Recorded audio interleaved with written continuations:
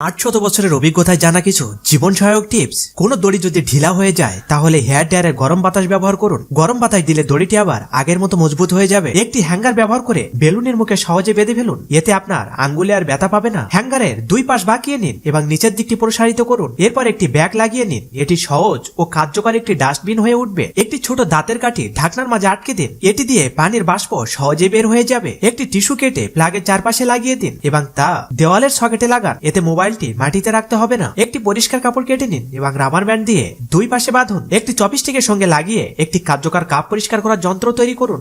মশলার প্যাকেট থেকে সরাসরি মশলা বের করতে প্যাকেটের মুখে একটি ঢাকনা চাপ দিন এবং আলতোভাবে চেপে মশলা বের করুন, এতে হাতে মশলা লাগবে না এবং প্যাকেট পুরোপুরি খালি হবে। প্যাকেটের সঙ্গে দেওয়া প্লাস্টিকের ফর্ক দিয়ে নুডলস রান্নার কাজ সহজে সম্পন্ন করা যায়। একটি হ্যাঙ্গারের কাঁধের দুপাশে কাপড় ঝুলিয়ে রাখুন, এতে বাতাস সহজে চলাচল করবে এবং কাপড় দ্রুত শুকিয়ে যাবে। এখন কিছু লাইক সাবস্ক্রাইব পাওয়া যাবে কি?